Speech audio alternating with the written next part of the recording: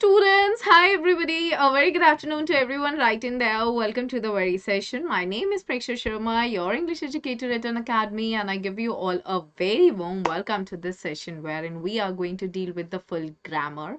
So it's gonna be the revision of full grammar, and that's gonna happen in just one shot. So everyone stay tuned with me, ask me questions if you have any.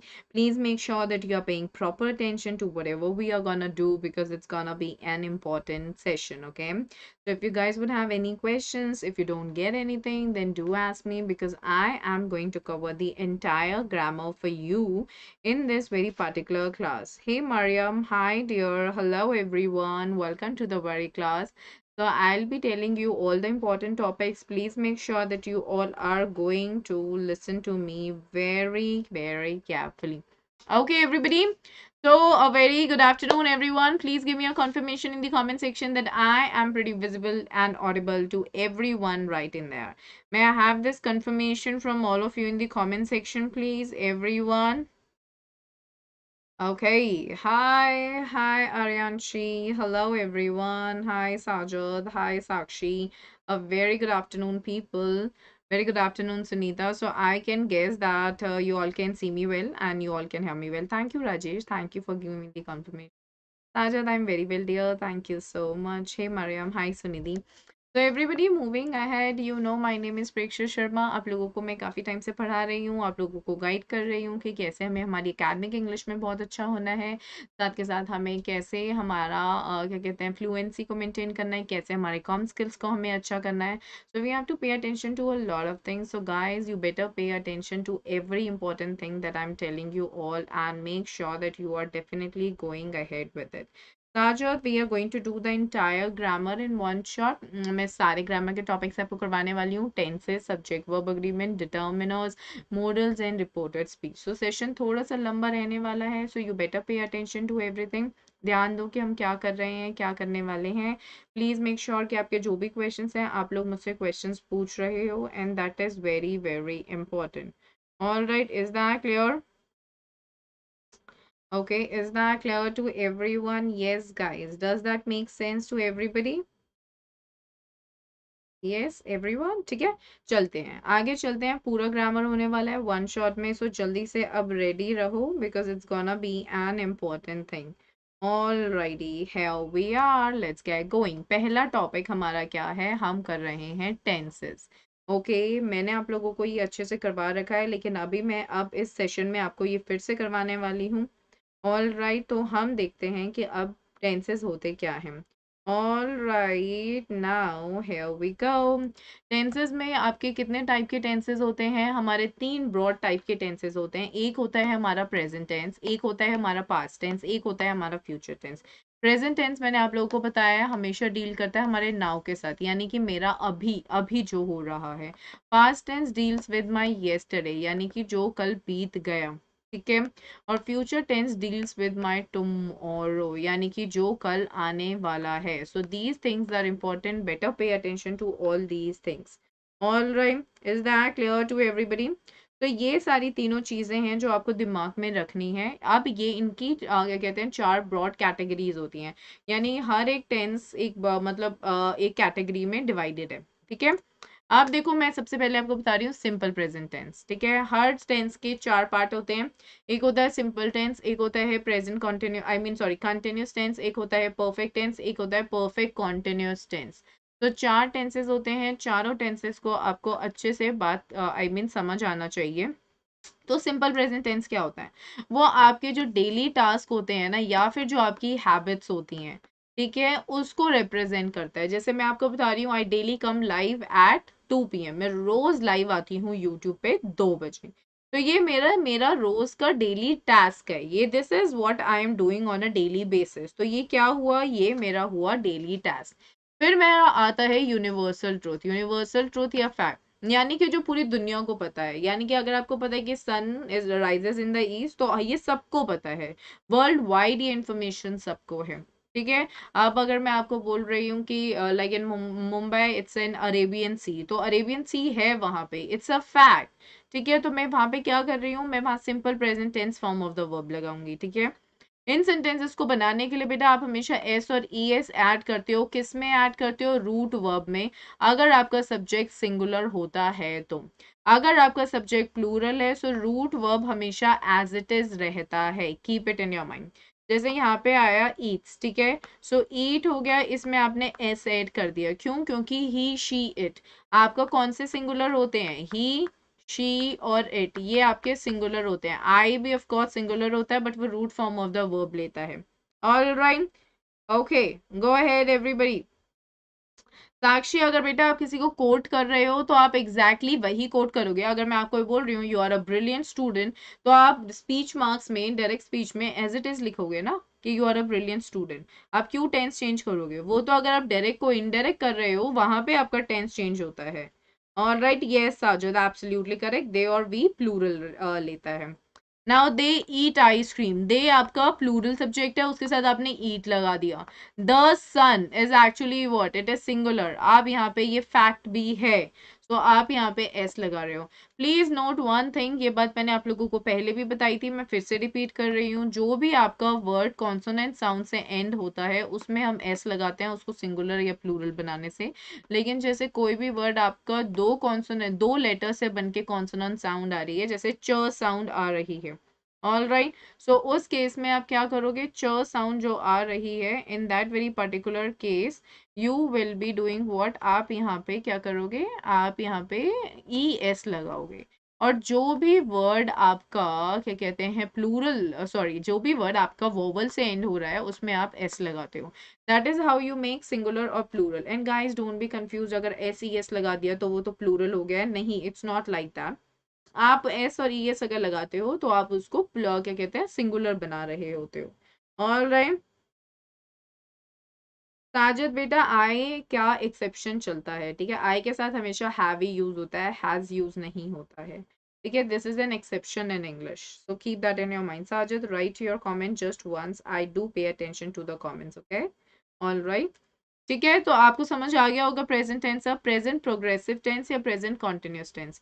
Progressive क्या होता है? Progressive basically means when I am talking about the continuity of something, यानी कि कुछ जो है, कुछ जो चीज चल रही है वो एक कंटिन्यूस स्टेट में है, ठीक है, like the thing is in a continuous state, that is where we call it to be the present continuous tense और द प्रेजेंट प्रोग्रेसिव टेंस। ठीक है, एक्शन और event which is happening at the time of speaking, कोई भी चीज जो जब आप बोल रहे हो और तब हो रही होती है उसको हम प्रेजेंट कॉन्टिन्यूस टेंस बोलते हैं। इन टेंसेस को बनाने के लिए आपको क्या करना होता है? आपको इज, एम और आर के साथ, ये ऑक्सिलरीज होते हैं, इनके साथ हम लगाते हैं वर्ब का first form plus ING form of the verb. By verb first form I mean the root form of the verb, okay, for example here the is plural, with that we are writing r, and swim is the root form of the verb and we are adding ing to it. All right. Now she is eating her lunch. Monica is attending English class. So these are the things you all need to keep in your mind, okay? Present tense is more about the thing that when I'm speaking and that is also happening. Like whatever I'm speaking, the act is also happening. Like I am teaching, I am sleeping, I am feeling tired, I am talking on phone, I am studying, okay? These are the things that you all need to keep in your mind, okay? Is that clear to everybody? Now we are coming to the perfect tense. I have explained this earlier also. Now today also I am telling this to all of you.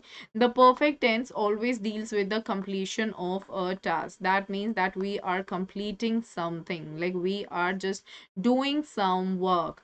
So this particular thing is being like used it is being used to express an action or event which is completed, and you have to always be very careful about this. So that with this we use has or have, with that you use the third form of the verb, that is the past participle form of the verb, okay, keep it in your mind, it's like an important point. इस sentence को बनाने के लिए आप क्या करते हो? You use the verb, I mean subject, with that you are writing have plus finish. Okay, so you know this very well. Has is something that we use for singular subjects, like with singular subject, and have is something that we use with the plural subjects.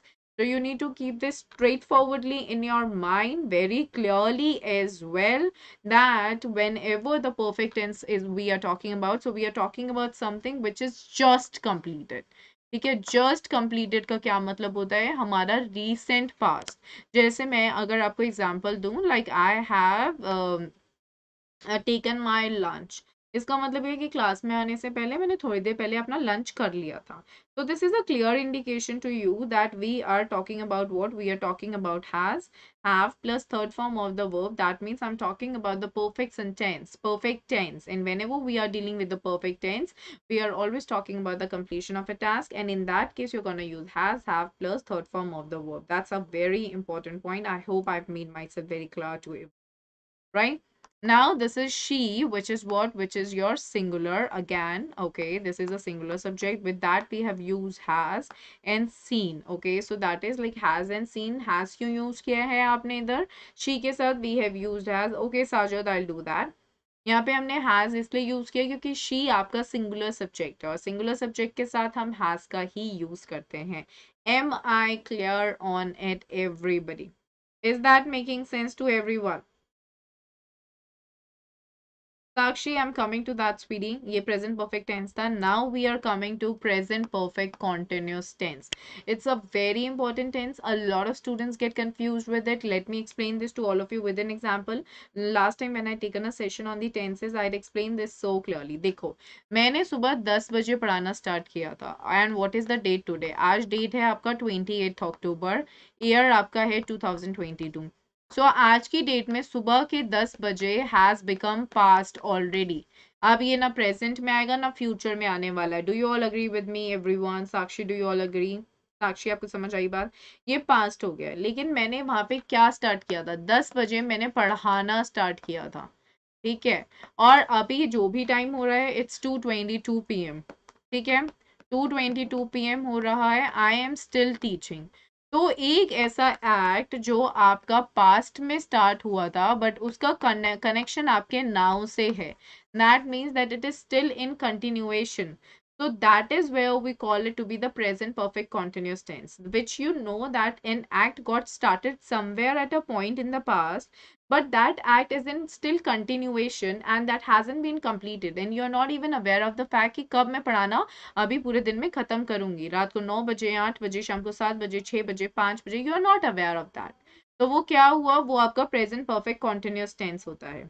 ठीक है, सो that is what the thing is. Please keep this in your mind. बहुत सारे बच्चे इसको लेके confuse हो जाते हैं. आप प्रेजेंट परफेक्ट कॉन्टिन्यूस टेंस को पास्ट परफेक्ट कॉन्टिन्यूस से रिलेट करते हो. हमेशा ध्यान रखो, इसका टेक्निकल डेफिनेशन ये है, an action which got started at some point in the past but still continues. Still का क्या मतलब है, अभी तक, और कंटिन्यूस टिल नाउ यानी अभी तक. So something that got started in the past, but it is in continuation and you don't know when it's gonna be over, getting over.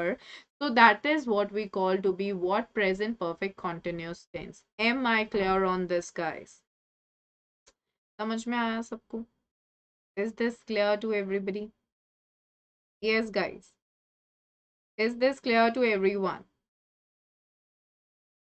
Okay. So action or event which is not yet completed and still going on. एक ऐसा action या event जो अभी तक complete नहीं हुआ है और वो अभी भी चल रहा है, उसे हम बोलते हैं present perfect continuous tense.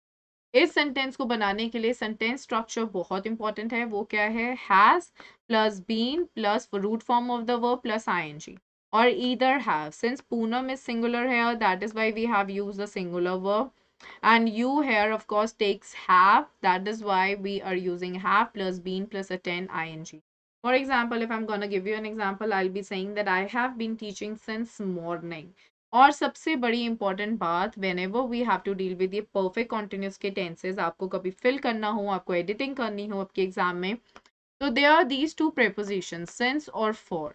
ठीक है, अगर आप इन दोनों का यूज किसी सेंटेंस में देखते हो, so that's a cut clear indication my dear कि हम बात कर रहे हैं प्रेजेंट परफेक्ट कॉन्टिन्यूस टेंस की. ओके क्योंकि सिंस और फॉर जो है वो हमेशा आपको इंडिकेशन देता है कि कब से काम हो रहा है. ठीक है, इज दैट क्लियर? सौरभ बेटा, हेल्पिंग वर्ब आपके किस में, कंटिन्यूस में यूज होता है? ठीक है, यानी कि आप वहां पे इज एम आर लगा रहे हो। ठीक है, प्लस आपका परफेक्ट में यूज होता है, आप वहां पे हैज हैव लगा रहे हो। प्लस आपका ये परफेक्ट कॉन्टिन्यूस में यूज होता है, जहाँ पे हम has have plus been plus ING लगाते हैं। तो it is used everywhere apart from the simple thing, that's it. All right.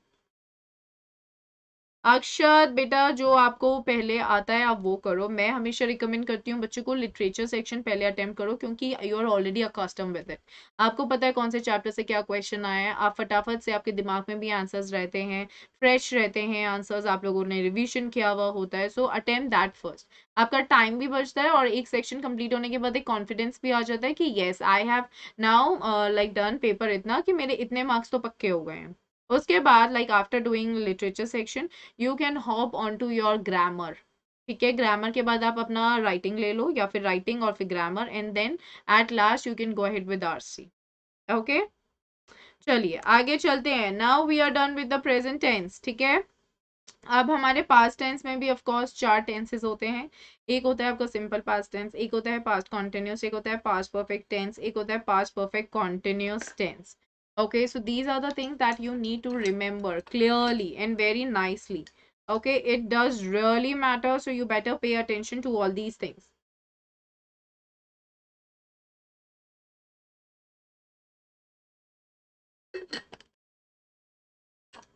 Sajid, मैं एक सेशन बेटा अलग से लेके आऊंगी, जस्ट मेक श्योर कि आप वो सेशन अटेंड कर रहे हो।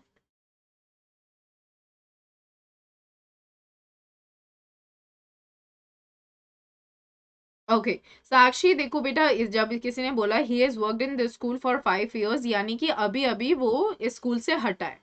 ठीक है, अगर मैं आपको भी बोल रही हूँ ना he has worked in this school for 5 years, तो मतलब कि अभी अभी उसने छोड़ दिया है अभी ये स्कूल। जैसे मैं बोलूंगी that I have worked in this company for 2 years, यानी कि अब मैंने छोड़ दिया, अब मैं दूसरी कंपनी में हूँ। ठीक है, सो मुझे छोड़े हुए ज्यादा टाइम नहीं हुआ, maybe it can be like a week, a month, और maybe I am considering a year to be not like too much. ठीक है, सिमिलरली जब आप ये बोल रहे हो that I she has been waiting for you for 3 years, sorry for 3 hours, that means कि वो तेरे लिए वेट कर रही है 3 घंटे से। Okay, that is what it means. Do you get that, Sakshi? अगर वर्किंग रहा तो you will be saying no that I have been, or she, or sorry, he has been working in this company for 5 years. Has worked का मतलब है कि काम करके हट चुका है। परफेक्ट हो गया ना। परफेक्ट टेंस में मतलब परफेक्ट जो टेंस है, चाहे वो प्रेजेंट हो, पास्ट हो या फ्यूचर हो, it always talks about the ending of one thing, it always talks about the completion. Okay, कि हो गया वहां से अब काम। Okay, so that is what you need to keep in your mind. All right. Still continuing. साक्षी कहाँ पे कौन सी बुक में दे रखा है बेटा? जहां पे भी दे रखा है गलत दे रखा है। ठीक है, he has worked in this school for 5 years, उसने इस काम में, इस स्कूल में 5 साल काम किया है। ओके सॉरी, उसने 5 या 5 years 5 साल काम किया है। All right, and she has been waiting for you for 3 hours का मतलब होता है कि आपका जो वेट है वो चल रहा है, वो कंटिन्यू है, वेट कंटिन्यू है। ठीक है, बट जो काम कर चुका है वो खत्म हो चुका है, wait is in continuous thing. Perfect, present perfect continuous. All right, Sajid बेटा ऑफ कोर्स आपको कॉन्सेप्ट समझ आना चाहिए ना। क्वेश्चन देखो, आपको क्वेश्चन तो कुछ भी आ सकते हैं एग्जाम में, आपको क्वेश्चन का कॉन्सेप्ट समझ आना चाहिए। If you have understood the concept of the grammar, that be easy for you. All right Sakshi, चलिए आगे चलते हैं। तो simple past and past perfect and past continuous. Simple past में सिर्फ आपको second form of the verb use करनी है। मैंने पहले भी आप लोगों को बताया था, आप लोग टेंसेस या सब्जेक्ट वर्ब अग्रीमेंट या कुछ भी अपने ग्रामर में अच्छे से तभी कर सकते हो when you know the forms. जो 3 फॉर्म्स हैं वो पता होना बहुत जरूरी है, so you better know that form. All right, is that clear? Okay, now we will see simple past tense में actions happened in the past. All right, यानी simple, जैसे I ate an apple in the morning, मैंने सुबह ना एक Apple खाया था breakfast में। और maybe I am saying that I slept like I slept after getting up in the morning, which really happened today. Okay, so you just simply talk about the actions that took place in the past. That's it. Or you are, if you are talking about the past habits. Habits. So this is something that often comes with the adverb of time. जैसे कि आपको कोई ना कोई indication हमेशा मिलता है। मैं हमेशा कहती हूँ जब भी आपको कोई भी सेंटेंस फिल करना हो, like there is a filler, you need to fill it, I mean there is a blank, you need to fill it, so always be very careful about the fact that there must be a word in the sentence which would give you an indication that we are here dealing with the past form or the present form. Okay, that will give you a kind of indication कि यहाँ पे क्या answer आएगा। और इसमें हमेशा आप second form of the verb use करते हो, जैसे Miss Gupta verb in Kolkata, simple action जो पास्ट में हुआ था। और he came home late last night, last night is the adverb of time जो मुझे ये इंडिकेशन दे रहा है कि वो कल रात को ना घर लेट आया था। Okay, so these are the things you need to keep in your mind. Next everybody, the next point is your past continuous tense. Present continuous क्या बताया मैंने, मैं जो बोल रही हूँ वो चीज हो रही है। Similarly past tense is about actions that started before another action and still going on. यानी कि कुछ ऐसा चल रहा था आपके पास में, जैसे मैं कल के बारे में बताऊं that I was having a great time with my cousins. तो कल रात को मेरा बहुत अच्छा टाइम में मैं बिता रही थी अपने कजन्स के साथ। इसमें आपको क्या करना होता है, आपको वॉज या वर लगाना होता है। वॉज आप सिंगुलर वर्ब्स के साथ, वर आप प्लूरल सॉरी सब्जेक्ट्स के साथ लगाते हो, ठीक है। और उसके साथ आप क्या ऐड करते हो, वर्ब का फर्स्ट फॉर्म प्लस ing।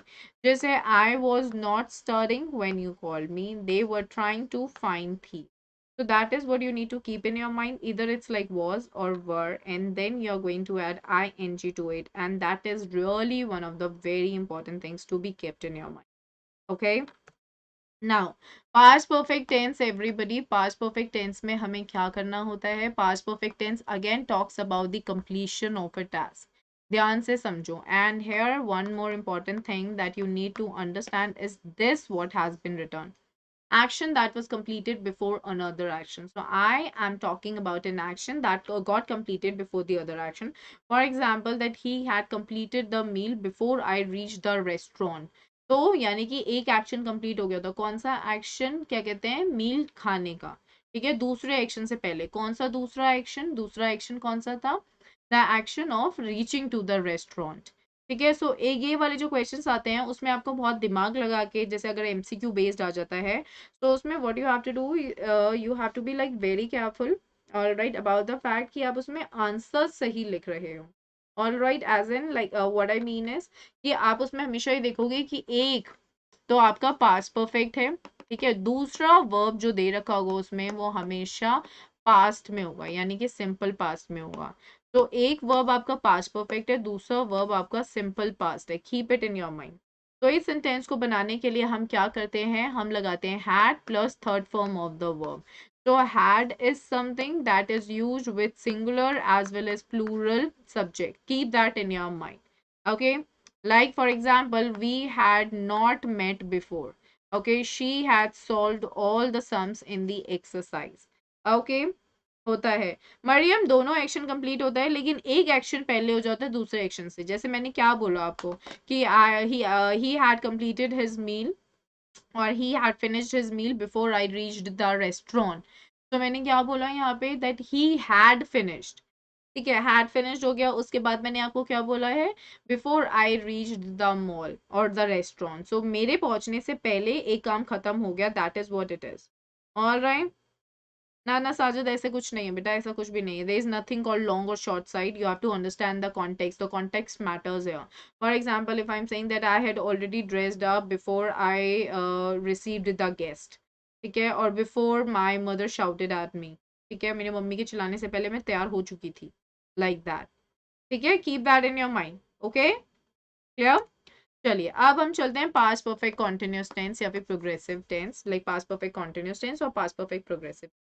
ये यूज किया जाता है एक्सप्रेस करने के लिए action that began and continued up to some point in the past. यानी कि क्या, एक एक्शन पास्ट में ही स्टार्ट हुआ, फिर वो एक पॉइंट तक पास्ट में ही कंटिन्यू रहा, उसके बाद वो कब खत्म हुआ मुझे नहीं पता है। That is what your past perfect continuous tense is.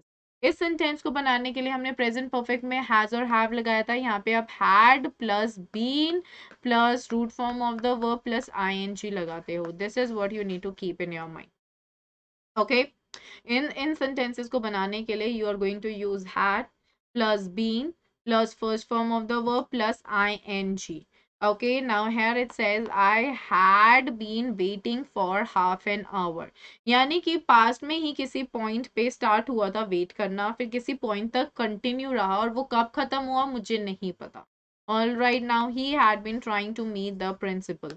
All right, तो यहाँ पे क्या हो रहा है, had plus been plus try plus ing form of the verb. That's it. That is what you need to keep in your mind. Am I clear on this? All right.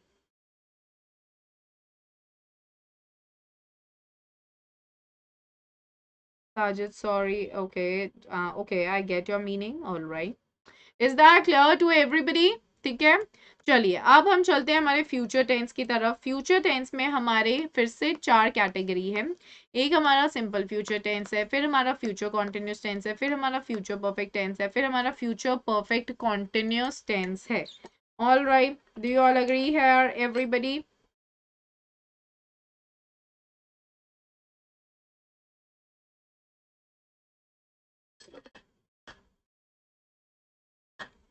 Yes. ठीक है. तो अब इसमें क्या होता है, simple future में ना सीधा सीधा रूल है, आपको विल या फिर शैल लगाना होता है और उसके साथ वर्ब का first form which is the root form of the verb. ठीक है, ये लगाना है और कुछ नहीं लगाना होता. ठीक है, सो इनको बनाने के लिए आपने विल और शैल लगाया साथ में first form of the verb. Like Reyansh will come to my home to celebrate, I shall go to the police to report such a crime. So these are the things you will have to keep in your mind, and you'll just have to talk about the simple things, the future events and the happenings, like nothing. Like for example, if I'm saying I will take the class tomorrow at 2 p.m. So that is just a straightforward thing that I'm telling you. Okay, so that is what you need to keep in your mind. Okay, चलिए अब हमारा है future continuous या फिर progressive tense. अब ये क्या है, यहाँ पे जो सेंटेंस स्ट्रक्चर है वो बहुत इंपॉर्टेंट है. आप विल भी लगाओगे, विल बी के साथ आप आईएनजी लगाओगे रूट वर्ब में. तो will plus be plus root form of the verb plus ING. So ये यहाँ पे आप उन चीजों की बात करोगे जो कंटिन्यूटी में होगा आपके फ्यूचर में. Okay. So whatever you are going to do in your future, in that too in a continuation, that is where we are going to add will plus be plus first form of the verb plus ing. Okay. So Mohit will be picking me up on Monday. They will be going to the Bahamas next month. Okay. So this is will plus be plus first form of the verb plus ing. That is what you need to keep in your mind. ठीक है. फिर हमारा आता है future perfect tense. Future perfect tense में हम क्या use करते हैं, events which will happen in future and will be completed by certain time period. यानी कि वो वाली चीजें जो क्या कहते हैं फ्यूचर में होंगी और कंप्लीट हो जाएंगी एक सर्टेन टाइम पीरियड तक. इन सेंटेंसेस को बनाने के लिए हम विल हैव लगाते हैं उसके साथ third form of the verb. This is very important. ठीक है. हैव का यूज हैज हैव आप प्रेजेंट में तो लगा ही रहे हो, पास्ट में आप हैड लगा रहे हो, फ्यूचर में आप हैव लगाओगे. All right.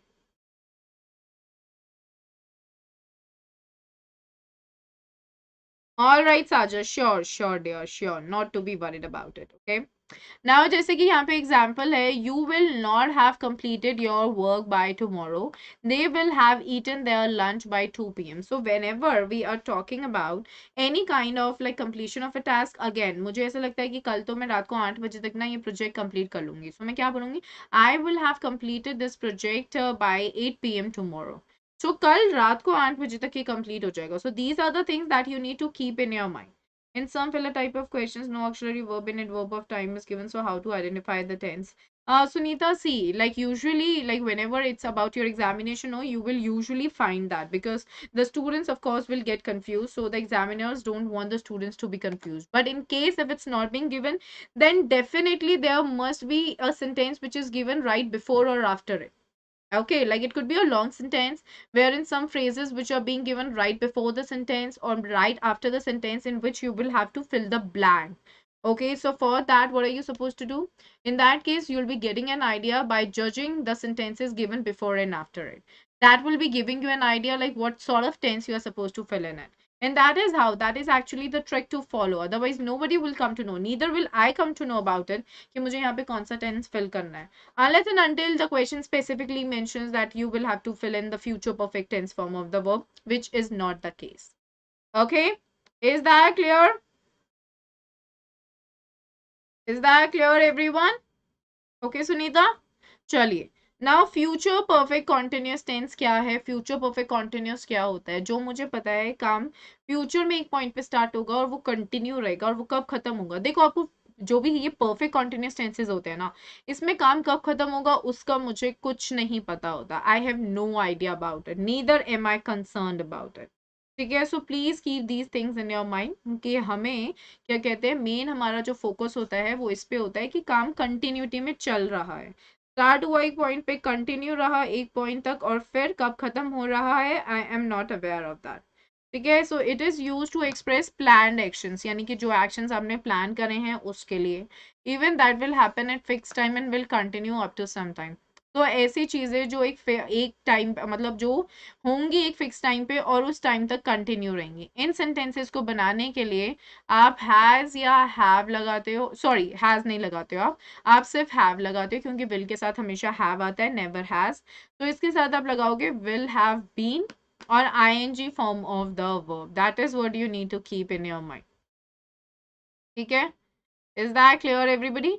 तो इसमें क्या प्रॉपर सेंटेंस स्ट्रक्चर है? इसमें प्रॉपर सेंटेंस स्ट्रक्चर यही है, आप लगाओगे will plus have plus been, okay, plus verb का first form plus I N G added to it. It's like an important thing, okay, it's like an important thing.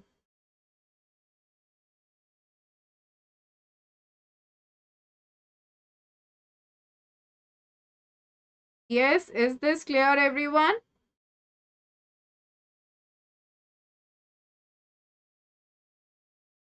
Yes, Sajad, if you want कि आपकी English अच्छी हो तो बेटा लिखना start करो, लिखो। लिख के फिर किसी से चेक करवाओ जो आपके आसपास हैं, वो बताएंगे आपको क्या गलती है। ऑल्सो ट्राई टू स्पीक, गलत बोल रहे हो तो भी बोलो, लेकिन बोलो, बोलने से आपकी झिझक खुलती है। ठीक है, और झिझक खोलना ज्यादा इंपॉर्टेंट है।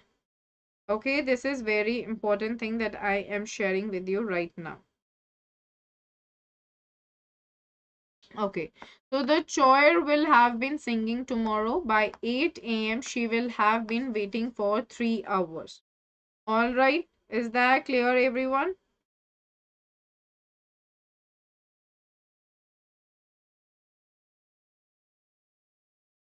Is that clear, everybody? Quickly, everyone. Okay, now we are talking about the next verb, I mean word, which is going to, which is used to express the future plans or future arrangements. Okay, so going to is used to express the future events as a result of present actions. For example, I am going to scold her for this silly mistake. Okay, the bus is not going to leave until 5 p.m. All right, so what is going to use, like when we are expressing the future, okay, which has happened due to some action. For example, यहाँ पे somebody is saying कि मैं तुझे डांटूंगी तेरी इस गलती की वजह से. So गलती is the action जिसकी का result क्या है? Scolding. All right, do you get that? Do you get that?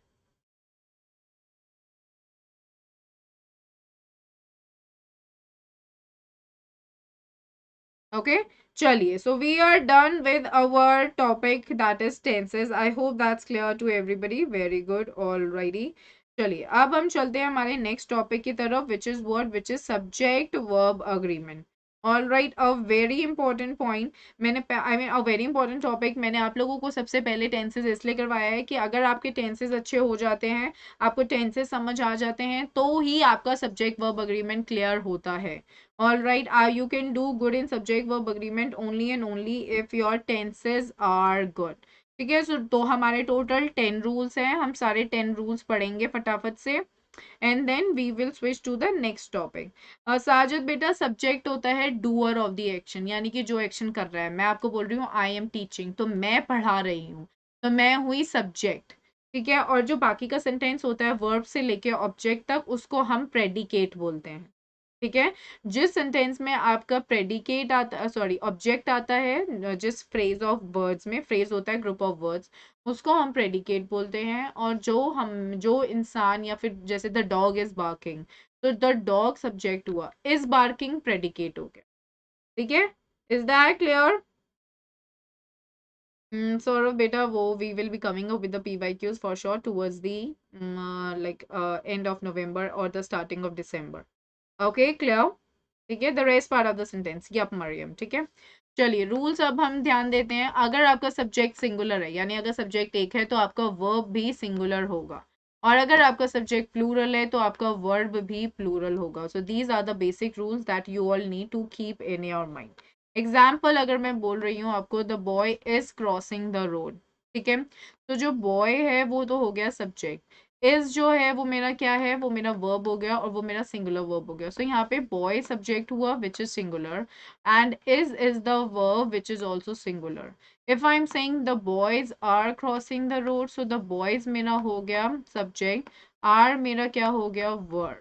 Okay, so here boys is subject which is plural and are is verb which is also plural.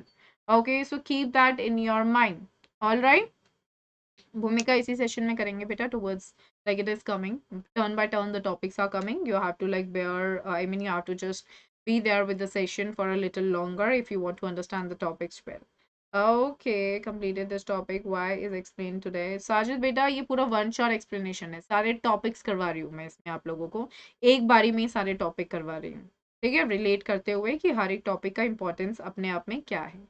अब यहाँ पे देखो the teacher दे रखा है, यहाँ पे इज दे रखा है, अटेंडिंग द सेमिनार, तो यहाँ पे टीचर आपका सब्जेक्ट हुआ सिंगुलर है, इज आपका वर्ब हुआ सिंगुलर है। अब यहाँ पे मैंने लिख दिया teachers are attending, so teachers आपका क्या हुआ सब्जेक्ट, और वो हुआ plural. Subject I hope you all understand is the doer of action, यानी कि जो काम कर रहा है। Okay, is that clear everyone? So are आपका वर्ब है and plural. Okay, now everybody, next rule that we are going to like see is persons 1 2 and 3, ठीक है। अगर आपका सब्जेक्ट फर्स्ट पर्सन सिंगुलर या प्लूरल है, यानी कि अगर आई और वी है, तो वो हमेशा root form of the verb लेता है। जैसे I like to play billiards, I love to play cricket, I love to play hockey, I love to dance on the classic songs. So that way it is always going to take what, it is always going to take the root form of the verb. Similarly with we also, we are going to use the root form of the verb, ठीक है।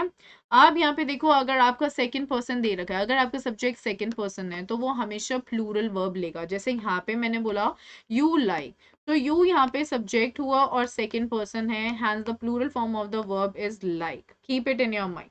All right, is that clear everybody? अब what happens when the subject is third person singular, यानी कि अगर ही she it आता है, उस case में हम एस और ई एस लगा देते हैं। कभी भी एस और ई एस लगाएं तो आप ये मत समझो कि वो आपका प्लूरल हो गया है, we keep it to be like singular. All right, is that clear everyone? Sorry Anshu, I am not getting your question there. Is that clear? चलिए, अब हमारा ये देखो, जैसे यहाँ पे शी है, ठीक है, she likes candies. All right, तो यहाँ पे ई एस आ गया। यहाँ पे शी सब्जेक्ट है जो सिंगुलर है, लाइक रूट वर्ब है, so we have added S to it and it makes likes. All right, now it is representing the singularity of the subject. Now they like candies, okay, so they is plural, like is the plural verb. तो यहाँ पे दे subject है जो कि plural है, and as we have learned earlier that if the third person subject is plural, the root verb will remain as it is, hence the verb like will remain as it is. Okay, is that clear to everyone? Is that clear to everybody? Right? ठीक है, okay. चलिए rule number 3, अगर आपको subject में दो या दो से ज्यादा प्रोनाउंस होते हैं और वो कनेक्ट होते हैं आपके कंजंक्शन एंड से, तो उस केस में हम क्या करते हैं, उस केस में हम हमेशा क्या करते हैं एवरीबडी, आप हमेशा उसको प्लूरल वर्ब कंसिडर करोगे। द स्टूडेंट्स, द मैनेजमेंट, इसमें एक रूल होता है, अगर आपका क्या कहते हैं ये आर्टिकल, ठीक है, द जो आर्टिकल है, अगर वो दोनों नाउन्स के आगे दे रखा है, तो ऑफ कोर्स आप उसको क्या कंसिडर करोगे, of course you will consider it to be what, you will consider it to be the two different nouns which are being joined by and that is why you are going to take the subject to be plural and you are going to add the plural verb to it. But now like if you see that the सिर्फ एक के आगे दे रखा है, दूसरे के आगे नहीं दे रखा. For example if I am saying the student and the player, sorry the student and player is injured, तो मतलब कि ये स्टूडेंट भी है साथ ही साथ प्लेयर भी है, तो इसका मतलब मैं सिर्फ एक इंसान की बात कर रही हूँ. सो वहां इसलिए मैंने इज लगाया ना कि आर. All right. बेटा साजिद मैंने सैम्पल पेपर करवा रखा है, एक बार आप वीडियो चेक करना सेशन के बाद, आपको समझ आ जाएगा किस टाइप के क्वेश्चंस आए हैं. फिलर्स आए हैं, फिल इन द ब्लैंक्स आते हैं, उसमें आपके एमसीक्यूज आते हैं, आपको एमसीक्यूज फिल करने होते हैं. ठीक है. All right. क्लियर. चलिए very good. Next example, you and I are going, ठीक है, Kajal and Rohit have gone to look for a mechanic.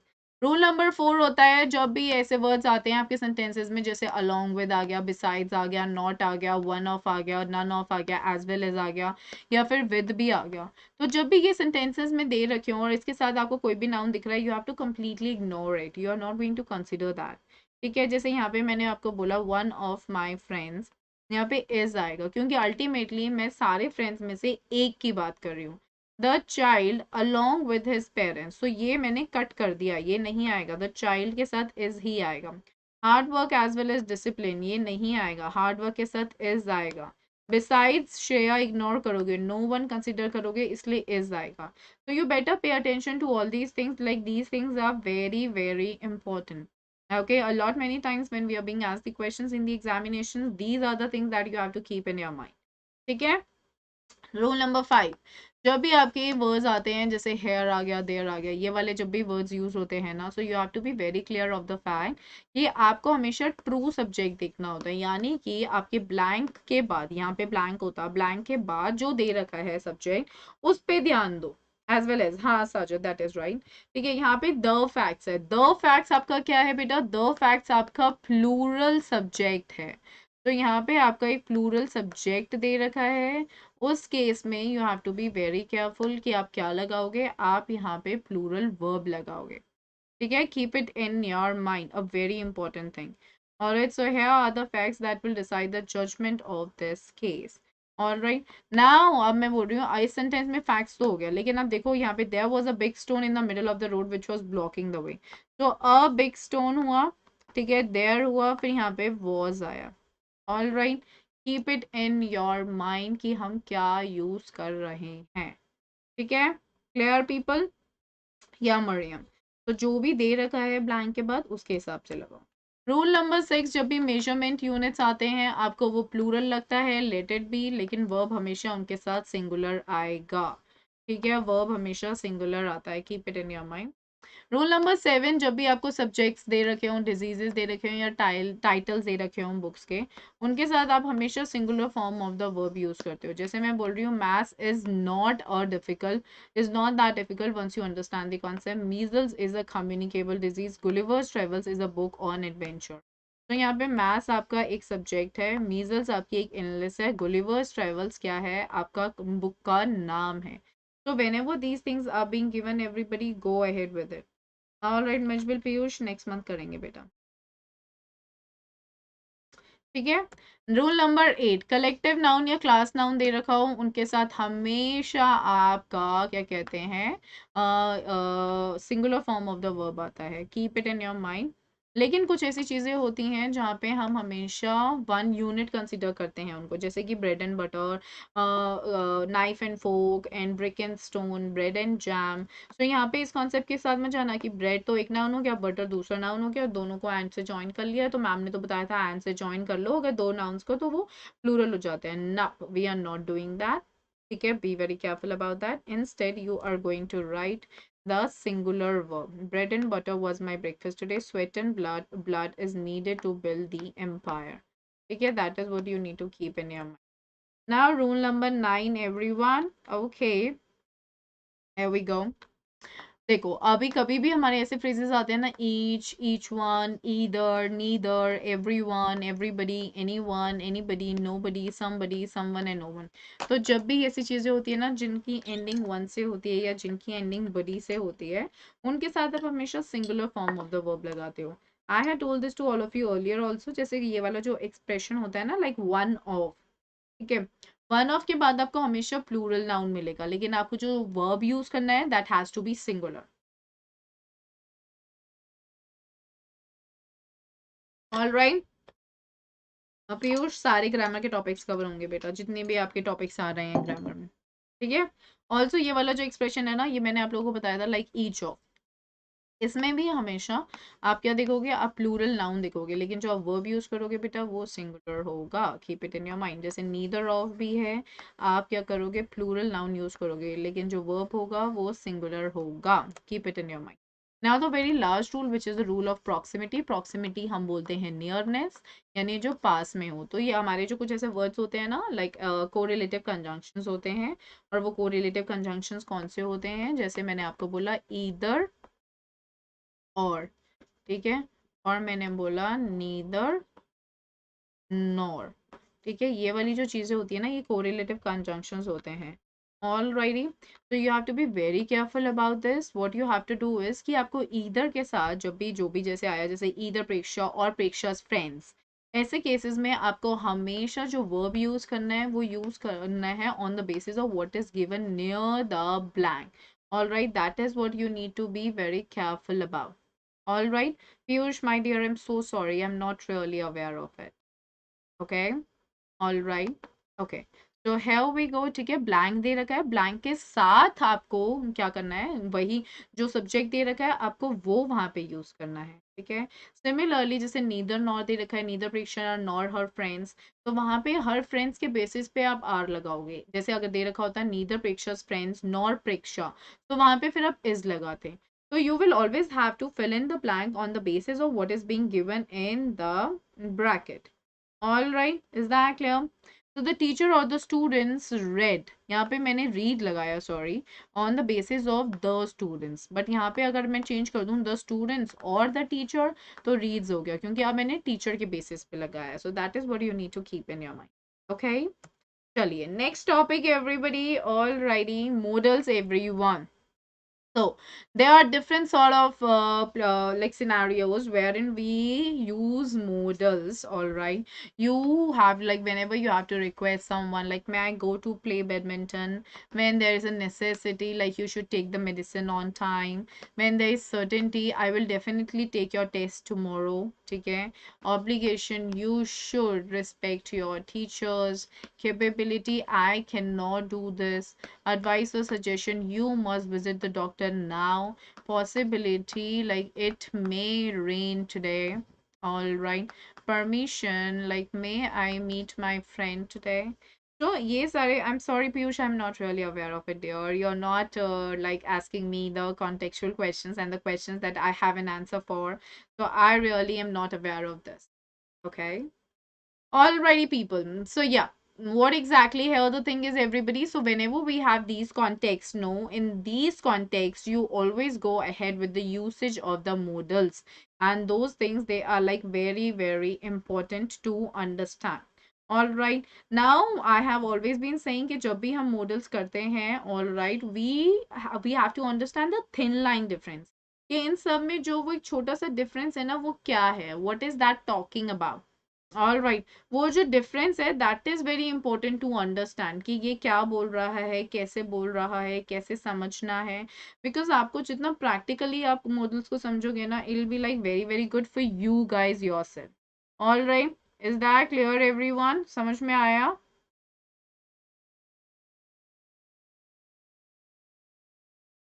You get that, everybody?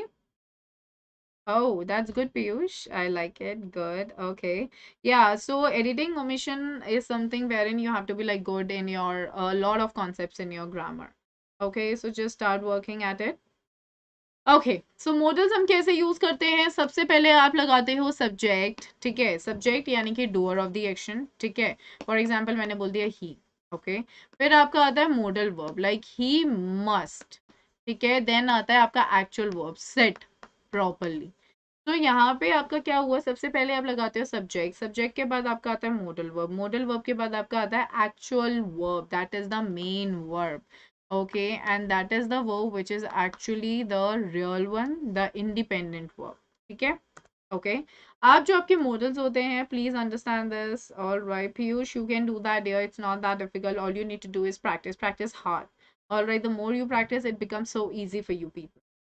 Example everybody, देखो जैसे अब मैंने आप लोगों को ये बताया कि जो मॉडल्स होते हैं, मॉडल जो होते हैं वो कभी भी इंडिपेंडेंटली एग्जिस्ट नहीं कर सकते हैं। यानी मैं ऐसे नहीं बोल सकती, जैसे अगर मैं आपको बोल रही हूँ I can eat the meal in like 5 minutes, so I am talking, I cannot say like this, I can in 5 minutes. It doesn't make any sense. I will need the main verb. The independent verb should be there to like add some sense to it. Okay? Is that clear, everybody? Clear, guys? ठीक है। सो अब देखो यहाँ पे मैंने आपको बोला मोहिनी में अटेंड द क्लास टुमारो। तो यहाँ पे मोहिनी तो मेरा सब्जेक्ट हो गया, मे जो है वो मॉडल हो गया, और जो अटेंड है वो मेरा मेन वर्ब हो गया। All right, is that clear? Now see, अब हम मे का यूज कहाँ करते हैं? मे का यूज करते हैं हम पॉसिबिलिटी में। जब पॉसिबिलिटी कैसी होती है? 50-50%। ठीक है, keep it in your mind. Wish, hope और फेथ तीनों में 7 चीज आती है। पर्पस होता है कोई चीज का, आपका एम होता है, या फिर किसी चीज को लेके किसी चीज का गोल होता है, तो वो पर्पस है। परमिशन भी क्या होती है? 50-50 permission. That is what you have to keep in your mind. ठीक है। अब देखो यहाँ पे मैं बोल रही हूँ आपको it may snow today, so possibility यहाँ पे है, लेकिन कैसी पॉसिबिलिटी है? 50-50% की पॉसिबिलिटी है। ठीक है, मतलब मेरे को पक्का नहीं है, हो भी सकती है और नहीं भी हो सकती है। हाँ पीयूष, वो डायलॉग फॉर्म में ही आएंगे बेटा। डायलॉग फॉर्म ना देखो बच्चों ने ना उसका बहुत हाइप कर दिया है। Dialogue form is not difficult. ठीक है, सबसे इजी होता है। ऑल राइट, आपको बस रूल्स पता होने चाहिए, आपको बस टेंस देखना है। डायलॉग में अगर मैं बोल रही हूँ that I am not in the mood to eat this right now, आपको पता, आपको क्या देखना है? आपको टेंस देखना है, आपको ये देखना है किसको बोला है, आपको प्रोनाउन चेंज करना है, आपको ये देखना है टाइम और प्लेस से कुछ रिलेटेड और चेंज करते चले जाओ। What is the big deal about it? CBSE का सैम्पल पेपर देखो, उसमें भी इतना ईजी दे रखा है। सारे रूल्स क्लियर होंगे तो आपको सबसे इजी लगेगा reported speech, but rules clear रखो। Rules really matter. ऑल्सो आपकी स्पीकिंग एबिलिटी भी अच्छी होती है। आपके कोई सीन बाहर से देख के आओ, कोई मूवी देख के आते हो, या कहीं कुछ देख लेते हो बाहर ऐसा ऐसा हो रहा था, तो उसको रिपोर्ट कैसे करोगे? By using the reported speech, there is no other medium of reporting what you have seen, unless you like you are trying to just mingle some sort of like different languages. No, you have to just use the reported speech. That's it. So try and understand that. Okay? या Piyush, we are gonna do that. ठीक है। Now may I go to attend the party. देखो यहाँ पे जो permission होती है ना, परमिशन हम हमेशा यस सुनने के लिए लेते हैं। अगर आप अपने घर में परमिशन ले रहे हो कि मम्मी मैं ट्रैकिंग पे जाऊं, पापा मैं ट्रैकिंग पे जाऊं, तो वहां पे परमिशन आप ना सुनने के लिए थोड़ी ना ले रहे हो। परमिट का मतलब क्या होता है? हाँ सुनना। ठीक है, कि ग्रांट मिल जाना, कि यस मिल जाना, राइट। तो वहां पे भी आप जब, आपको हमेशा कॉन्टेक्चुअल होना होता है। जैसे फॉर एग्जाम्पल मुझे पता है कि परसों से एग्जाम है बच्चों के, और बच्चे पढ़ नहीं रहे हैं, और अभी शाम को मेरा बच्चा आके मुझसे पूछता है कि मम्मी मैं I go to play cricket with my friends, तो ऑफ कोर्स मैं ना बोलूंगी ना।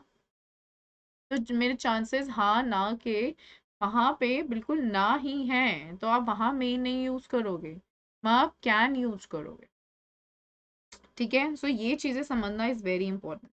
So now may you get all the happiness in the world. तो ये क्या है? Wish, hope and faith. She is practicing hard so that she may win the first prize. ये क्या है? ये purpose है। Alrighty. अभी अब कैन हम यूज करते हैं पॉसिबिलिटी जब 100% होती है। अबिलिटी कैपेसिटी के लिए ब्रॉडली यूज करते हैं, यानी कि आपकी कैपेसिटी क्या है, ठीक है, आपकी कितनी क्षमता है कुछ करने की। और परमिशन के लिए भी हम तब यूज करते हैं when it is about 100%। okay, that is what you have to be very careful about. All right, is that clear to everyone? Is this clear to everybody? Right? Chali. Everyone can finish this task. This is possibility, 100%. Okay? Can I go to meet Saurabh? This is permission, 100%. I cannot finish reading in 15 minutes. This is capability. So you're talking about the ability. Okay, is that clear? Yeah, Piyush, go ahead with that. Okay. अब हमारा will हम तब use करते हैं जब आपको पता है कि विल हम हमेशा फ्यूचर के लिए तो यूज करते ही करते हैं, एवरीबडी डज नो। फिर willingness, like when you are volunteering on your own about something, that is what your willingness is. और साथ के साथ जब आप कुछ हैबिट बताते हो, that is very important. All right, is that clear everyone? Is this clear everyone?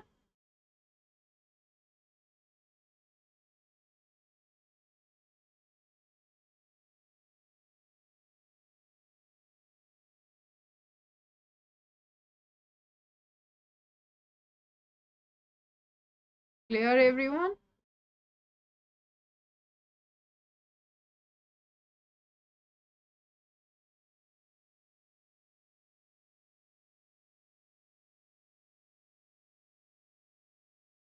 Cool. चलिए. The president will deliver her speech tomorrow. This is like future. ठीक है, will deliver. Now, Akshara will need your help in completing her daily chores. That is household work. Okay, that is willingness. Now, Ritu will not listen to her parents. This is habit. Okay, that is what you need to keep in your mind. Like habit as in, like मुझे पता है, जैसे for example, I want my brother to drop me to a function that I've been invited to, but मुझे पता है कि वो मना ही करेगा, वो हमेशा ही मना करता है, वो कभी जाता ही नहीं है छोड़ने. So I'm like that he will not listen to me, he will not drop me. So this is somewhere working as a habit kind of thing. Okay, clear? अब हमारा शेल, हम शेल कहाँ कहाँ यूज करते हैं, जब आपको कुछ कमांड देनी होती है. Okay, like you shall not do this, कोई थ्रेट हो या फिर कोई वार्निंग हो, इन दैट केस. ऑल राइट बेटा, विलिंगनेस का मतलब होता है कि आप खुद इच्छुक हो करने के. जैसे मैं ये बोल रही हूँ कि मुझे पता है कि मेरी बहन का एग्जाम है, या फिर आपको पता है कि आपके पेरेंट्स की तबीयत ठीक नहीं है, सो यू नो कि आप खाना तो आपको बनाना आता नहीं है, लेकिन यूट्यूब से आप बना लोगे. सो वो आपकी इच्छा है, आप इच्छुक हो रहे हो कि मम्मी पापा को मैं रेस्ट करने देता हूँ, मैं बना लूंगा. So what will you say, that I will prepare the food. So you are volunteering for it. All right, you are coming forward, you are saying this and you are like मैं कर दूंगा. All right, that is what it mean. Is that clear? ठीक है. Now warning, threat या warning हो, assurance हो, यानी कि आप किसी को बहुत ज्यादा कंफर्मेशन दे रहे हो, like I shall come to your home tonight to study together. Okay, या फिर रिक्वेस्ट हो. ठीक है, या फिर आपका कोई डिटर्मिनेशन हो, आप किसी चीज के लिए बहुत डिटर्मिन्ड हो, या फिर एडवाइस, सजेशन या रिक्वेस्ट. ओके. Now everyone, जैसे फ्यूचर के लिए मैं बोल रही हूँ, we shall go to visit the zoo tomorrow. Shall I bring a glass of lemonade for you? Polite request. Shall I shut the door? It's an advice. They shall win the marathon. It's a determination. That's what you have to keep in your mind. Now when we are talking about might क्या होता है? Might is less possibility. Might is basically the past form of the modal verb, which is what? Which is may. तो less possibility क्या होती है? Less possibility is when I am talking about the possibility which is less than 50%. In that case we go ahead with it. Intention के लिए आप will use करते हो ना, like I will do this. Intention, willingness, volunteering is all same. Okay, is that clear everyone? Piyush बेटा, shall में मैंने आपको बताया, शेल में आप command like you shall not do this, आपको स्टेटमेंट देख के समझ आता है कि ये क्या यहाँ पे बोला जा रहा है. मैं एडवाइस दे रही हूँ या मैं आपको सजेशन दे रही हूँ that you shall go and see a doctor, और you shall go and check it out in that store in Bombay. Okay, और इन कोलकाता. थ्रेट होता है that you shall not pass from there, there is a construction going on. All right, determination, I shall do this because I want to become a doctor. Okay, assurance, I shall help you with the mathematics problems. Request, shall you please bring me a glass of lemonade? All right, expressing future, I shall not talk to him anymore now. All right, warning, you shall not talk to him because he is so dangerous. Okay, is that clear? Persuasive request is a request wherein you are able to persuade a person to do something. Okay, for example, if I'm saying, could you please get me a glass of water? तो मैं इतने प्यार से बोल रही हूँ, कोई सोचेगा प्यास लग रही है इसको तो पानी ला दूँ. अब मैं ऐसे बोल रही हूँ, जा जाके एक पानी का ग्लास ले आ. मेरा भाई कहेगा मैं नहीं ला रहा, जा खुद ले आ. ओके. और अगर मैं आपको ऐसे बोल रही हूँ कि could you get me a glass of water please. ठीक है, टोन चेक करो मेरी. अब could you get me a glass of water, like Preksha said aggressively, could you please get me a glass of water? Sorry, Preksha said aggressively, could you get me a glass of water? Don't matter करता है. persuasion क्या होता है? जहाँ पे बंदा मान जाए. Like for example, मैं कह रही हूँ, could you please get me a glass of water? So you see the way I'm expressing it. Okay, so the expression is something that works in your persuasions. All right, got that, Sakshi? Okay, चलिए. अब हम चलते हैं might. तो might में मैं क्या बता रही थी आप लोगों को? लेस पॉसिबिलिटी, यानी कि जब चांसेस किसी चीज के लेस देन 50% हो उसको माइट बोलते हैं. परमिशन में हम हमेशा less than 50%. Okay, that is what we are talking about. Then guess अगर करना हो, जैसे फॉर एग्जांपल मैं बोल रही हूँ, my father might be in the living room right now, और my father might be sleeping in his room right now. तो मैं ये गेस कर रही हूँ, मुझे पक्का नहीं पता है. That is what your guess is. Now example everybody, her wallet might be in the room, bedroom, less possibility, बहुत less होता है कि मैं अपना रूम में बेडरूम आई मीन बेडरूम में अपना वॉलेट छोड़ती हूँ. Might I switch on the light? Permission है. That might be a new student in the school. ये guess है. क्या? ओके. अब हमारा मस्ट आता है. ठीक है, मस्ट में हम क्या करते हैं? नेसेसिटी. ठीक है, यानी कि कुछ जरूरी हो. कंपल्शन. ओके, कुछ जरूरी हो. Okay, that is what the thing is. Determination का क्या मतलब होता है? जब आप बहुत स्ट्रांगली किसी चीज को करने के लिए डिसाइड कर लेते हो. एम्पैथिक एडवाइस होती है when I have suffered from something on the basis of my personal experience I want you to go ahead with it. Ma'am, possibility 100%, then can is used. 50% may, less than 50 might. Yep, right, very good Piyush, absolutely correct. ठीक है, और that also depends upon your context. Context matter करता है. ठीक है, that is very important. assumption होता है जब आप कोई चीज assume कर रहे हो. strong probability जिसके strong chances होते हैं. ठीक है, और obligation और duty. और it doesn't have a past tense form. इसका कोई पास्ट टेंस फॉर्म नहीं होता. Negative of must is must not. It is use for all the persons in the present tense and future tense. Interrogative of must is must I, must we और must they. That's it. All right, so let's have a look at the very questions everybody. Must we always respect our elders? ये हमारी duty है. Okay, Milan must reach office on time today. Necessity. You must complete your chores by tomorrow. Chores is your household work obligation. You must not always do as she says. Compulsion. Ruhi must be at the gym. Certainty. Akshit must be 25 years old. Assumption. You must see a dentist for your toothache. Empathic advice. Ria must not be attending her class right now. Strong probability. Okay. Clear? अब हमारा have to, has to और had to. आप कहाँ use करते हो? Advice, compulsion और to recommend something. Okay, so have to, has to are used in the present tense or the future tense. Had to is the past tense for both. We see that in case of the negatives and questions, do, does, and did are used with had to and have to. That's what you have to keep in your mind very clearly and very nicely. Okay, is that clear everybody? समझ में आया आपको ये बात? ठीक है. Now see, अब यहाँ पे कुछ सेंटेंसेस है. I have to look for a new hostel by next week. This is compulsion. His father has to start working now. This is an advice और recommending. Like they had to go to the principal for reporting mischief. Compulsion. Negative and interrogative.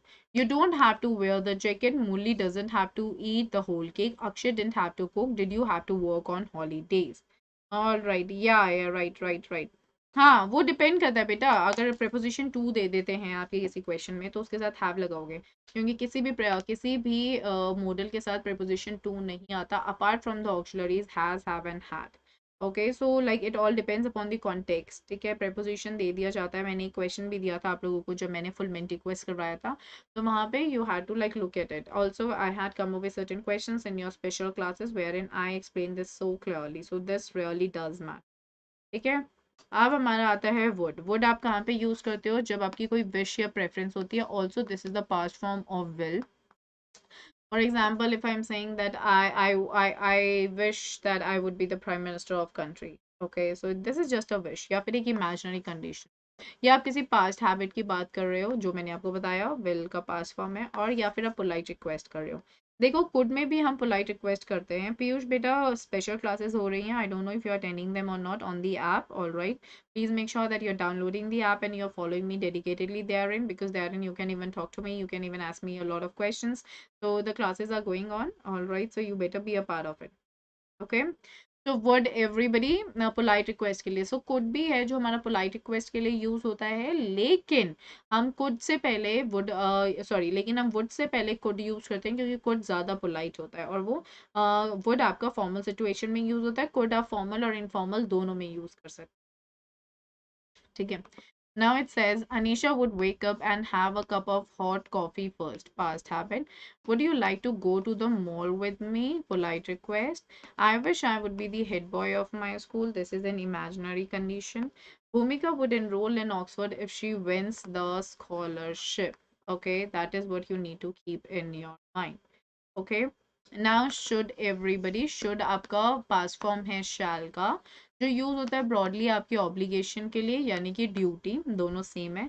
Imaginary result के लिए, respect के लिए, possibility के लिए, advice के लिए and caution purpose के लिए। ऑलराइटी, जैसे मैंने आपको यहाँ पे एग्जांपल दिया, you should greet your elders, ये आपकी ड्यूटी है।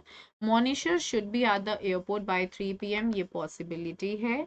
One should not drink too much caffeine, ये एडवाइस है। We should not be late for the lecture, this is an obligation और you can say a duty. Okay. Now, Raj studied hard so that he should score first position. This is purpose. Manisha should get angry if she came to know that Vanika spread rumors about her. This is an imaginary result. Dia should be grateful to Aman who helped her with the notes on time. It's a polite request. ठीक है, अब हमारा आता है could में क्या होता है, ये आपका पास्ट फॉर्म है कैन का, और इसमें हमारी पोलाइट रिक्वेस्ट होती है, पॉसिबिलिटी होती है पर्टिकुलर सर्कमस्टांस के अंदर, और एक एबिलिटी या कैपेसिटी होती है पास्ट में। ठीक है, यहाँ पे जैसे मैंने आपको बोला I could increase the sales by 20% if I become the manager, so ये this is a possibility under a particular circumstance. Could you get me a cup of tea, this is a polite request. I could read for hours when I was a student, this is a capacity in the past. All right, so you have to be very careful about all these things, it really does matter. Okay, need to आप use करते हो जब आप compulsion की बात करते हो negative या इंटेरोगेटिव सेंटेंसेस में, या फिर when you are talking about the absence of necessity, यानी जब जरूरत की जरूरत ना हो तब आप नीड टू यूज करते हो।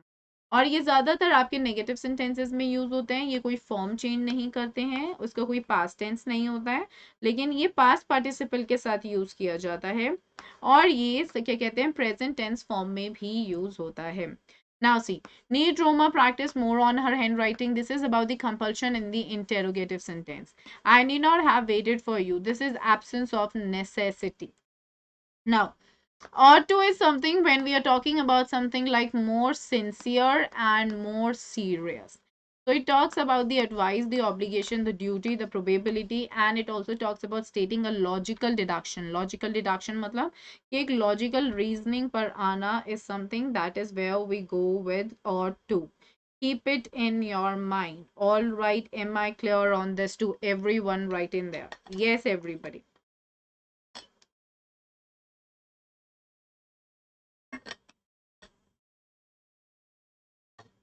Is that clear? चलिए, you ought to fulfill the promise you made, ये आपका duty obligation हुआ. Shambhavi ought to study at least 1 hour a day if she wants to clear the exam. The country's economy ought to crash due to the pandemic, and Poonam has sincerely practiced a lot for her math, she ought to win it. So ये logical deduction हुआ, या probability, advice, और ये duty obligation.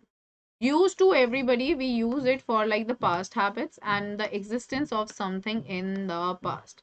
All right, I used to have a cup of tea after every meal, this is the past habit. There used to be a bakery on that street, existence of something in the past.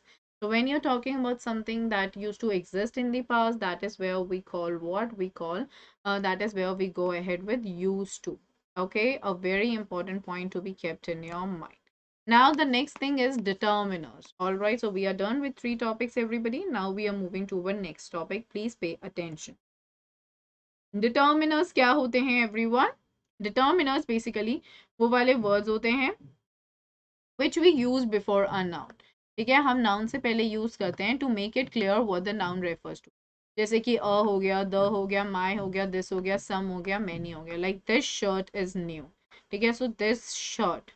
ठीक है, यहाँ पे बहुत types के determiners होते हैं everybody. We have predeterminers, we have articles, we have demonstratives, we have possessives, we have ordinals, we have cardinals, quantifiers, distributors and interrogatives. So now let's get deep into it to understand कि इन सबका क्या मतलब होता है. अब प्रीडिटर्मिनर, जो प्रीडिटर्मिनर होता है वो एक ऐसा वर्ड होता है that is used before a determiner, जो हम एक डिटर्मिनर से पहले यूज करते हैं, but is still part of the noun group, लेकिन फिर भी पार्ट होता है वो नाउन ग्रुप का. फॉर एग्जाम्पल मैंने बताया all in all the time, both in both are children, ये क्या है, ये मेरे प्री डिटर्मिनर्स हैं. Example, Meeta is charging half for the catering. She is such an intelligent girl. Girl आपका noun, intelligent adjective बीच में आ सकता है. And आपका क्या कहते हैं article हो गया, such आपका intensifier हो गया which is a predeterminer.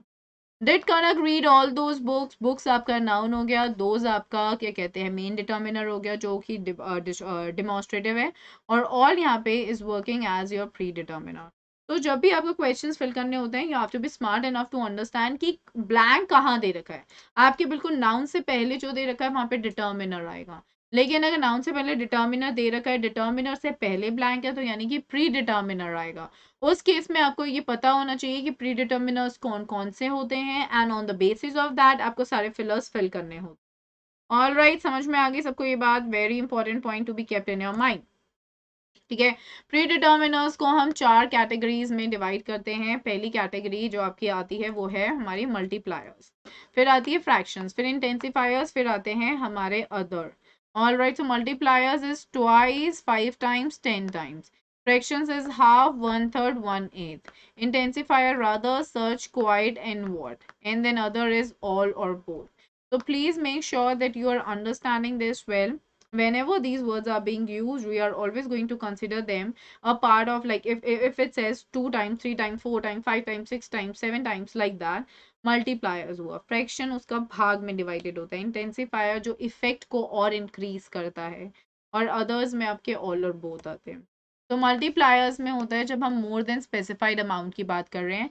जैसे मैंने बोला this ice cream is twice the size of mine.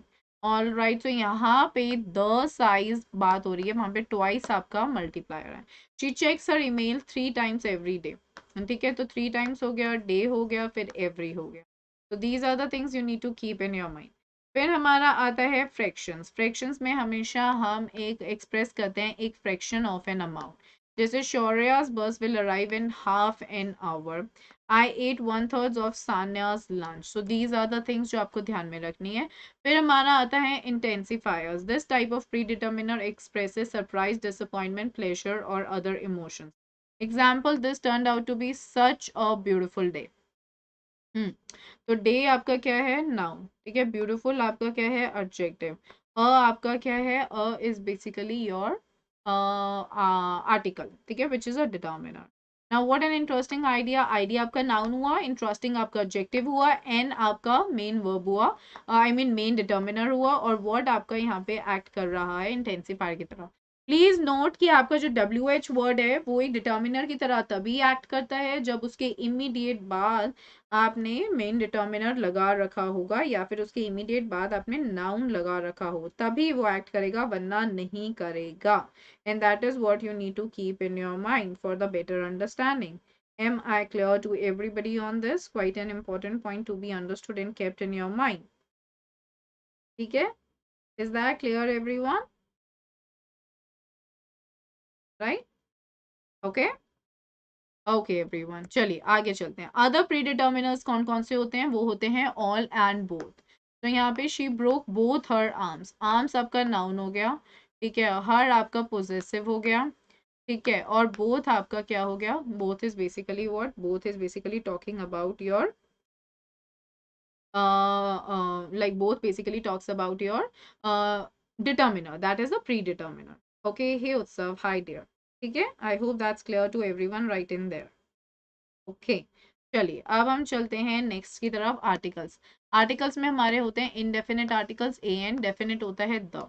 ठीक है, इनडेफिनेट आर्टिकल आप यूज करते हो थिंग्स इन जर्नल के साथ। ए आप यूज करते हो उन वर्ड्स के साथ जो कॉन्सोनेंट साउंड के साथ स्टार्ट होते हैं, एन आप उनके साथ यूज करते हो जो वोवल साउंड के साथ स्टार्ट होते हैं।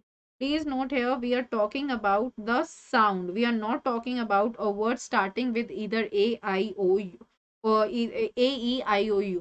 No, I'm not talking about this. Instead, I'm talking about the fact that there should be the sound. All right. Piyush, I have made you all practice via quizzes. Also, you can now go ahead with the book Oswal Arihant or Educate. They have got the questions. Or like you can have a book with you for always. That is Ren and Martin. Therein you can practice a lot of questions. But like as per the pattern which is now going to be used, you have to go ahead with what I am telling you all. That is your Educate, Arihant or Oswald, these books. Okay, is that clear to everyone? चलिए आगे चलते हैं everybody. Articles a और N आप कहाँ use करते हो? Words जो एक वोवल साउंड के साथ स्टार्ट होते हैं, ठीक है, मतलब जो वर्ड्स बेसिकली जो वोवल से स्टार्ट होते हैं, लेकिन वो कैसे प्रोनाउंस किए जाते हैं? They are being pronounce with a consonant sound. जैसे कि यहाँ पे मैंने बोला अ यूरोपियन, यहाँ पे य साउंड है। ऑलराइट, सो यहाँ पे य साउंड है, इसलिए यहाँ पे यूरोपियन आएगा। Alright, is that clear everyone?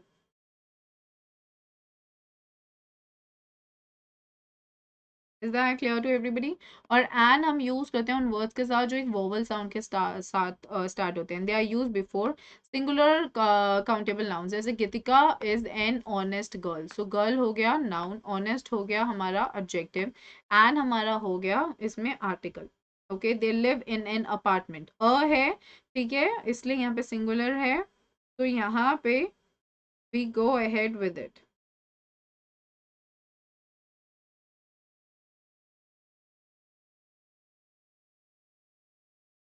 Okay.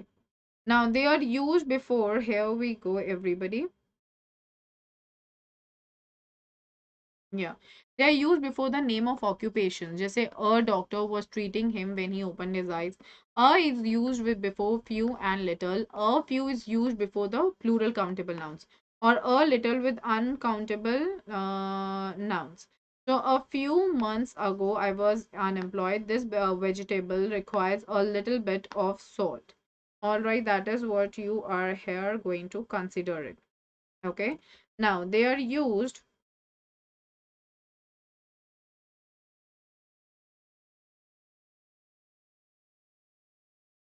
All right. They are used before an adjective in a noun phrase, like Shikha is a sincere girl, or Anne is used with abbreviations also. जैसे the doctor suggested an MRI. तो यहाँ पे जो sound आ रही है वो आपका vowel sound है, इसलिए आप यहाँ n लगा रहे हो.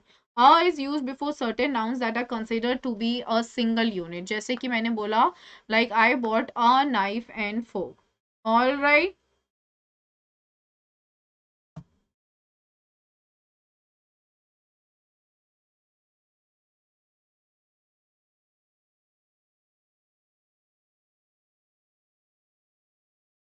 Is that clear to everyone?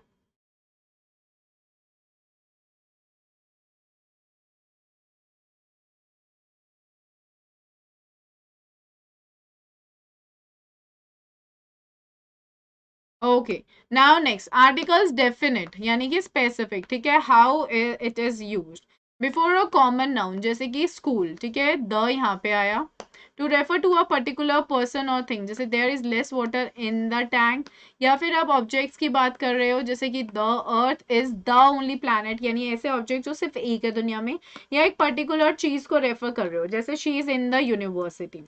फिर आपके सिंगुलर काउंटेबल नाउन्स के साथ भी आता है, इंस्ट्रूमेंट्स के साथ, या फिर बॉडी पार्ट को रेफर कर रहे हो, द हार्ट, टाइम एक्सप्रेशंस जैसे कि इन द इवनिंग और in the Noon, in the afternoon, या फिर कुछ जो पहले ही मेंशन हो चुका हो, जैसे but the women was adamant, या फिर एक नाउन जो फॉलोड होता है बाय अ रिलेटिव क्लॉज और prepositional phrase, the teacher kept the notebooks, the teacher, ठीक है, so please keep that in your mind.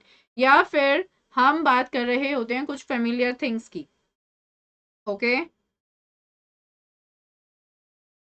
All right, जैसे कि मैंने बोला the ceiling, before dates and periods of time, the 1970s, या noun plus of the drawn, या फिर names of seas rivers mountains like the Ganges. Okay, here we go, और also you use it before the names of public buildings, जैसे the Taj Mahal, या फिर जब भी हम सुपरलेटिव डिग्री का कंपैरिजन करते हैं ना, जैसे कि the tallest in the class, तो वहां पे भी आप यूज करते हो।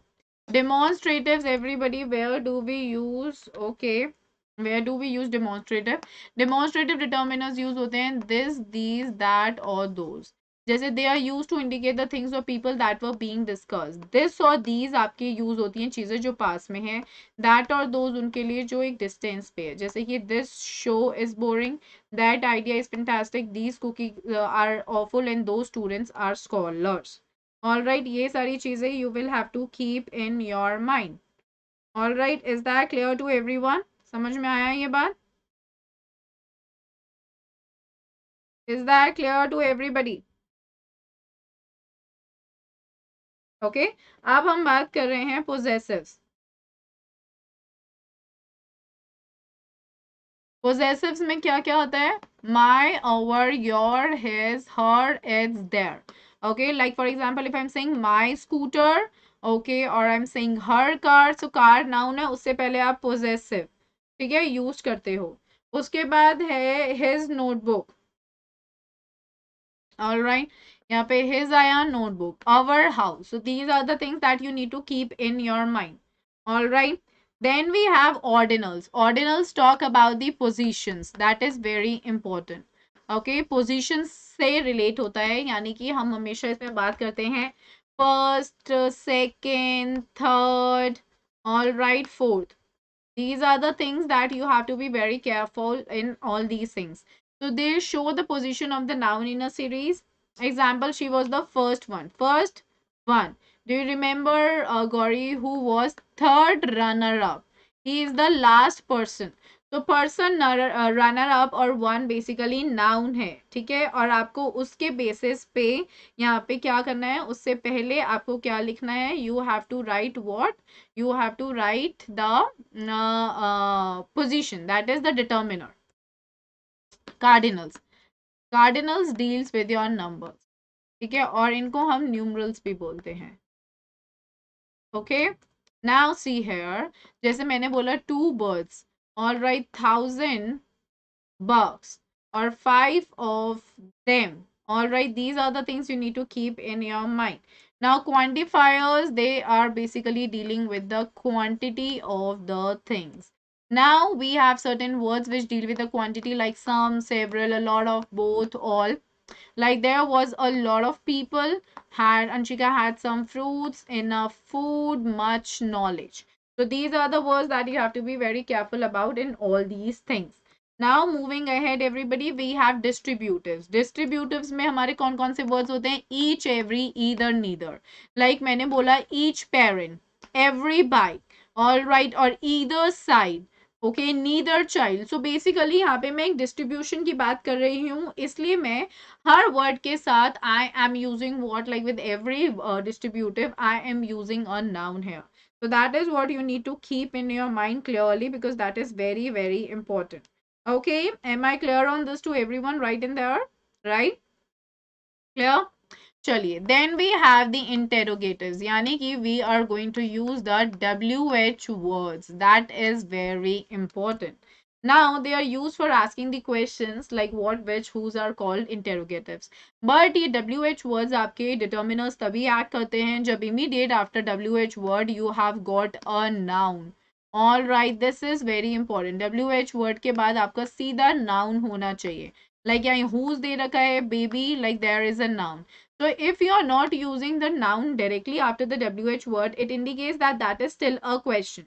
And in order to make the question and in order to make that WH word to be a determiner, you will have to write what? You will have to write the noun right after the WH word. Okay. Now the last topic of the day that we have got, that is reported speech. A very important topic. Please pay proper attention to it. Okay. Now what is direct speech, first hand account, यानी कि मैं जो आपको directly बोल रही हूँ वो हुआ डायरेक्ट स्पीच, ठीक है.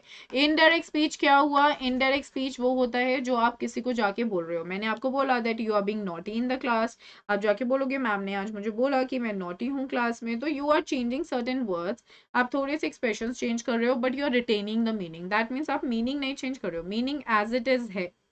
All right, is that clear everyone? समझ में आ रहा है? So what do we see next? We see that in this the reporting clause includes a verb such as like say, tell, ask, reply, shout, usually in the simple past tense. ठीक है, तो आपके दो sentences होते हैं, एक होता है रिपोर्टिंग क्लॉज, आई मीन आपको सेंटेंस में दो चीजें होती हैं, एक होता है रिपोर्टिंग क्लॉज, एक होता है रिपोर्टेड क्लॉज. रिपोर्टिंग क्लॉज में आपको हमेशा वर्ब मिलेगा जो बेसिकली आपके सिंपल पास्ट फॉर्म में होगा, ठीक है, और जो रिपोर्टेड क्लॉज होगा उसमें आपका सेंटेंस होगा जो रिपोर्ट हुआ होगा. So that is what you have to be very careful about. Okay, so now here it says the teacher said that she had a news for students. So reporting clause क्या है, the teacher said. Reported clause क्या है, she had a news for students. Reported verb क्या है, said. All right, so that is what you need to keep in your mind. Now we have the punctuation everybody. All right, what does the punctuation talk about? देखो direct speech में क्या होता है, we put a comma between the reporting clause and the reported clause. ठीक है, word जो original speaker के होते हैं आप उसको हमेशा इन्वर्टेड कॉमास में रखते हो. अगर रिपोर्टेड क्लॉज पहले आता है तो आप जो क्या कहते हैं, आप कॉमा जो है वो इनसाइड इन्वर्टेड कॉमास रखते हो. And it's like really an important point to be understood. Okay, narration is like reported speeches when you are reporting the direct words of the speaker. That is what the narration is. You are narrating what is being told to you. That is what narration is.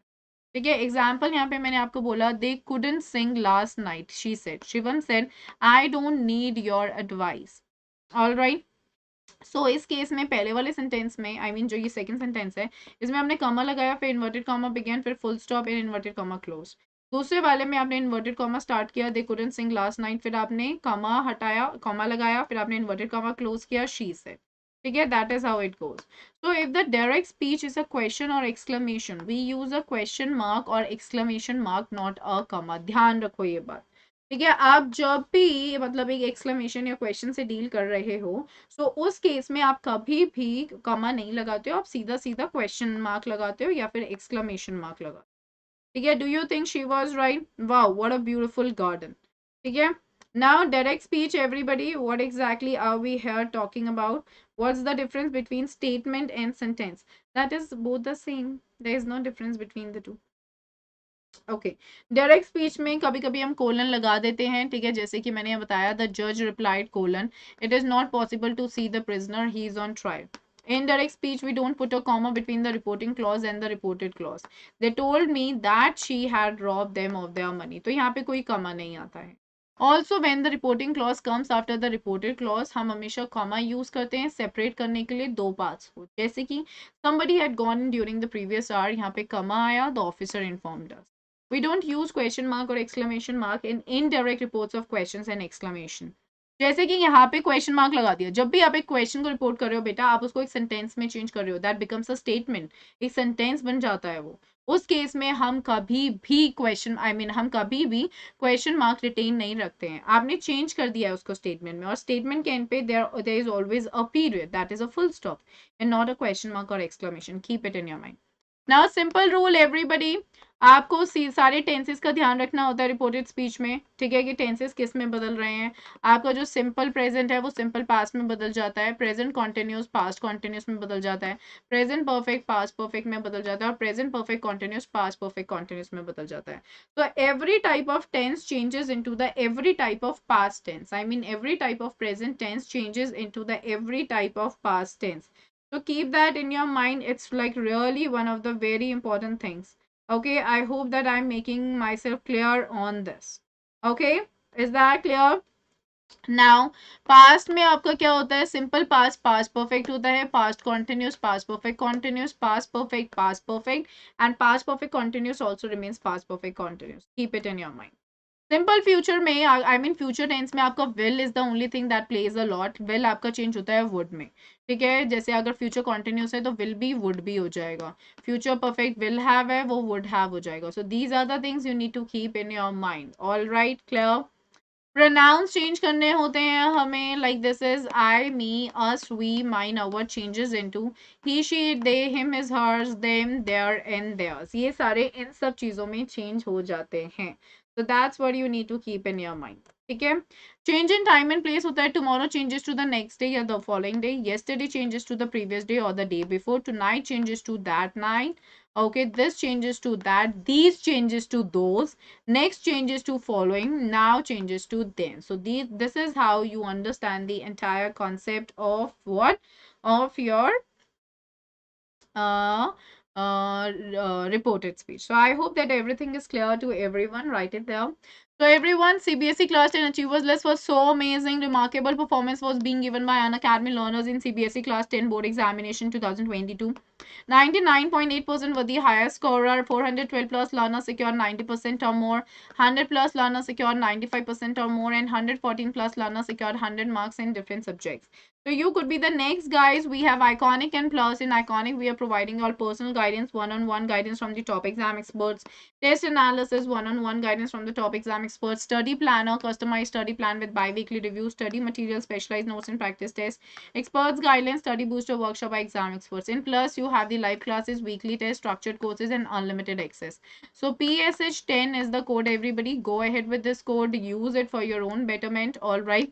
We have got compete everybody, battle and know where you stand, play one-to-one live question battles and improve your rating. It's live on the Unacademy Android app, so be a part of it everyone. We have got the master batch for all of you for class 9 for all the subject got started on 6th October. Mode of delivery is English here. We have Rashmi and Lakan sir, Akash sir, Himalsar and Shivam sir like helping you all. Then we have the Umang batch for the 10th. It got started on 30th September. Mode of delivery is English. I am teaching you all English 6:30 to 7:30 p.m.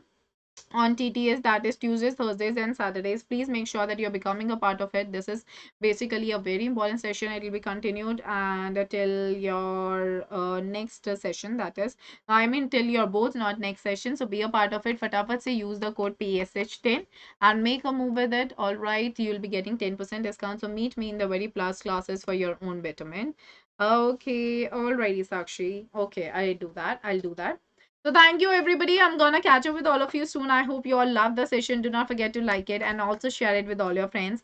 And if you're new and watching the video for the first time, then do not forget to subscribe the channel. Take care. Bye.